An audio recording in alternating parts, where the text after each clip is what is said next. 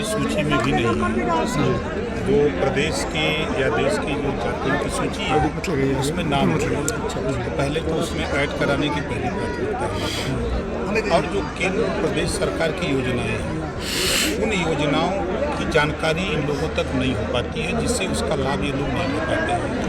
जो प्रधानमंत्री जी की सोच है, मुख्यमंत्री उत्तर प्रदेश योगी आदित्यनाथ जी की जो सोच है कि जिनके घर राशन नहीं है, जिनके घर नौकरी नहीं है, रोजगार नहीं है, उनके घर हम राशन दें, वो परिवार कम से कम जिंदा तो रहे, उनके घर तक राशन पहुँचे, तो उनका राशन कार्ड रहेगा तभी राशन मिलेगा। इलाज के लिए आयुष्मान कार्ड, इनको जानकारी कि आयुष्मान कार्ड कैसे बनता है, आयुष्मान कार्ड बनने से क्या फ़ायदा है, क्या नहीं फ़ायदा है। तो जब इनको जानकारी कि 5 लाख रुपया मिलता है ऑपरेशन इलाज के लिए, जब इनको जानकारी होगी तो उसके लिए ये परेशान होंगे, बनवाने के लिए परेशान होंगे। उसकी व्यवस्था भी हम लोग जैसे गाँव में पंचायत सचिवालय के माध्यम से, वहाँ पंचायत सहायक के यहाँ हम लोग सारी व्यवस्था देने जा रहे हैं 1 साल के अंदर, चाहे वो आयुष्मान कार्ड हो, चाहे राशन कार्ड हो, चाहे किसी तरह का पेंशन का फार्म भरना हो, चाहे कोई फार्म भरना हो, हम लोग वही गांव में देने जा रहे हैं।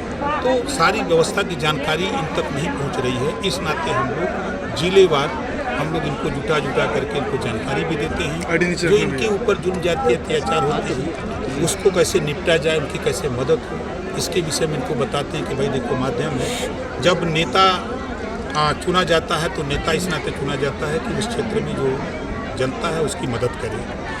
तो वहाँ तक ये पहुँच भी नहीं पाते हैं। नेता को वोट की ज़रूरत होती है, नेता इनके यहाँ आता है, जब इनकी समस्या का बात आती है वहाँ तक जा नहीं पाते हैं। तो इन सब चीज़ों की जानकारी का न होना और सबसे बड़ी बात की शिक्षा का न होना, इस नाते वहाँ तक नहीं पहुँच पाते। मंत्री जी, सरकार में अबू आजमी का एक बयान आया है औरंगजेब के ऊपर, जिस पर बड़ी प्रतिक्रियाएं आ रही हैं। देखिए, अबू आजमी को हम क्या कहें, जितने भी मुस्लिम लीडर हैं वो अगर अपनी कम्युनिटी के विषय में, विकास के विषय में सोचते, शिक्षा के विषय में, स्वास्थ्य के विषय में, रोजगार के विषय में, नौकरी के विषय में, तो बेहतर रहता। ये लोग सिर्फ नफरत की बात सिखाते हैं और पार्टियों को वोट दिलाते हैं और समाज को गर्त में ले जा रहे हैं।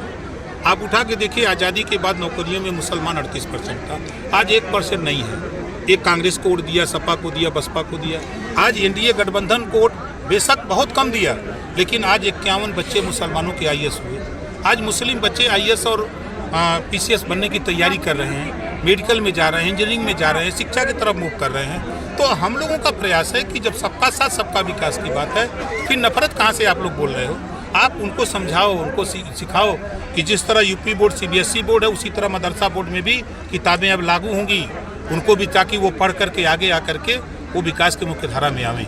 इस पे पहल करनी चाहिए लोगों। आप सरकार में हैं और आप कह रहे हैं कि ऐसे लोग वंचित रह गए, शोषित रह गए, जिनको उनका अधिकार नहीं मिला, तो क्या मानते कहाँ कमी रह गई?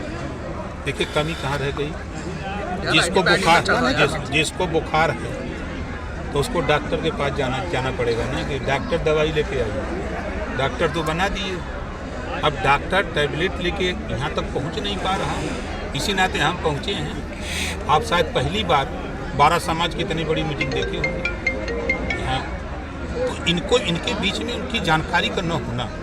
अब जैसे जो लिख के दिया राशन, प्रशासनिक अधिकारियों की कमी है, उनकी भी कमी नहीं, हम उनकी कमी नहीं मानते। जिसको खुद सुधरने की चाहत न हो तो उसको कैसे सुधारा जा सकता है?